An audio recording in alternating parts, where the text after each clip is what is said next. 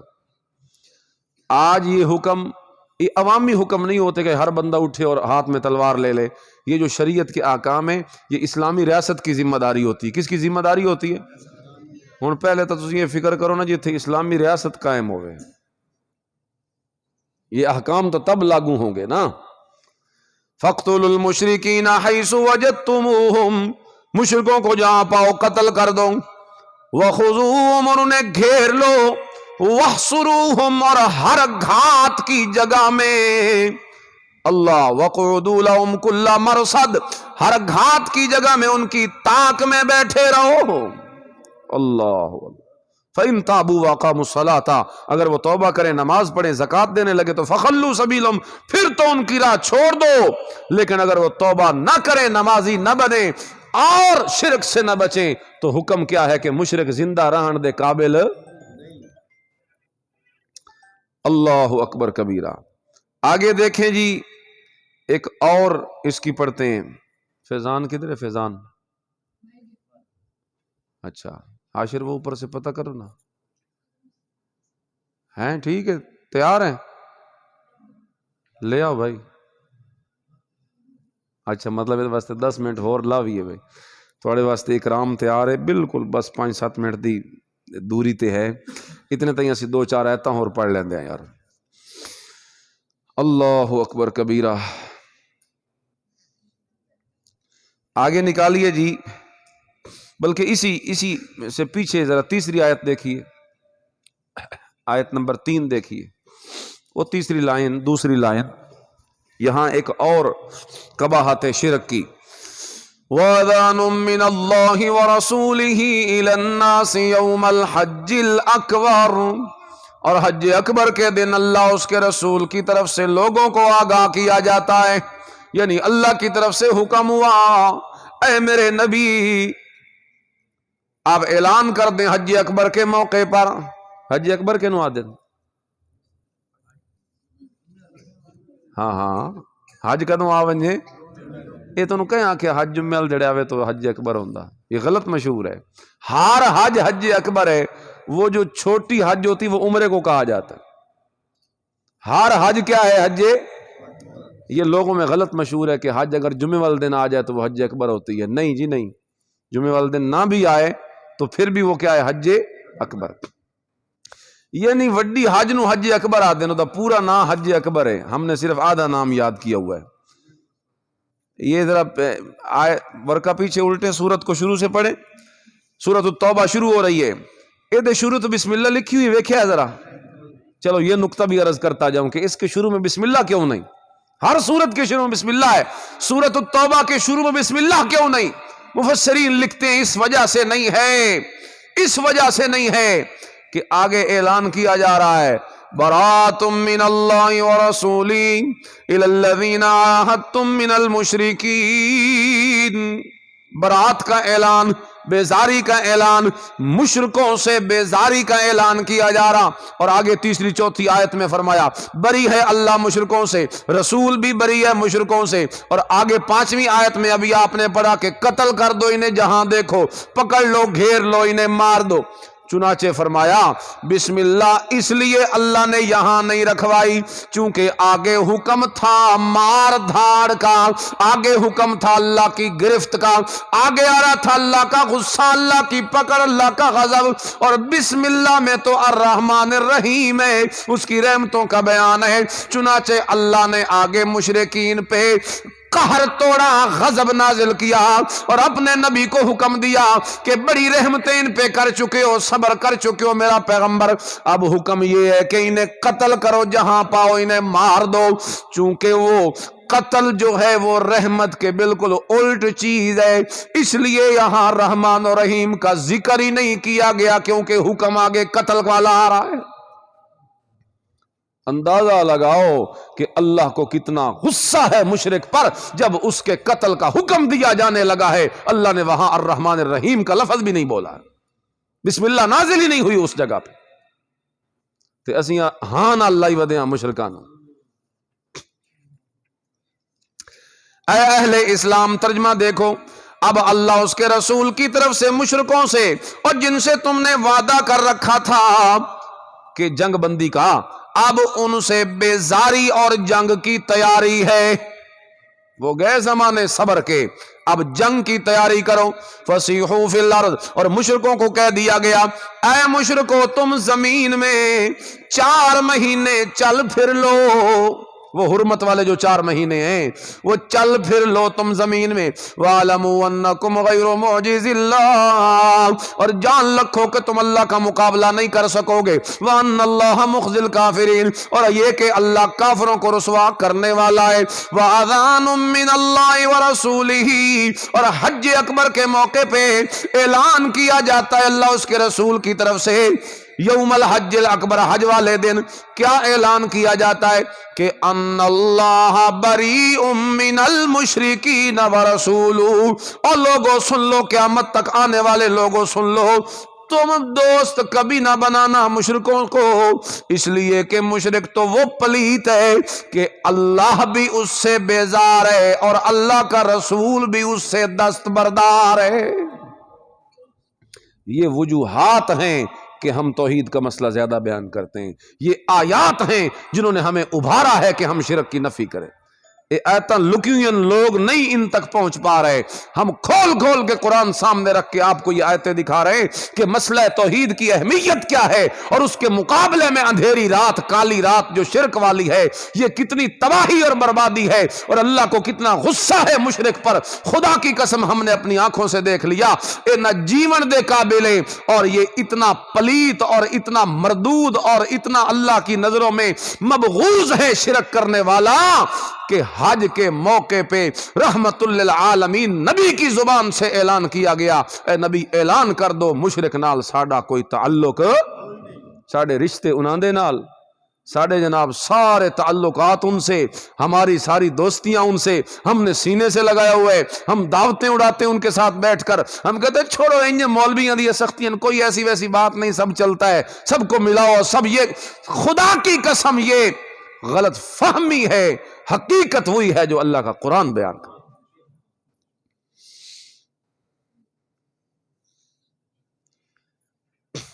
بلال پتہ کرو بھائی، زیادہ دیر نہ ہو جائے، لے آؤ چھوٹے بچے کو، لے جاؤ نا ساتھ۔ یہ نکالیں جی سورۃ لقمان، سورہ لقمان نکالیں، 21ویں پارے میں ہے جی، صفحہ نمبر ہے جی اس کا 534، 534 نکالیں جی، تیسری لائن پڑھنی ہے، بلکہ دوسری لائن 534۔ وَإِذْ قَالَ لُقْمَانُ لِابْنِهِ، اور اس وقت کو بھی یاد کرو جب لقمان حکیم اپنے بیٹے کو وصیت اور نصیحت کر رہے تھے، وَهُوَ يَعِظُهُ، نصیحت کیا ہو رہی تھی؟ یا بنیا، اے میرے پیارے بیٹے، لا تشرک باللہ، نہ شرک کرنا اللہ کے ساتھ کسی کو۔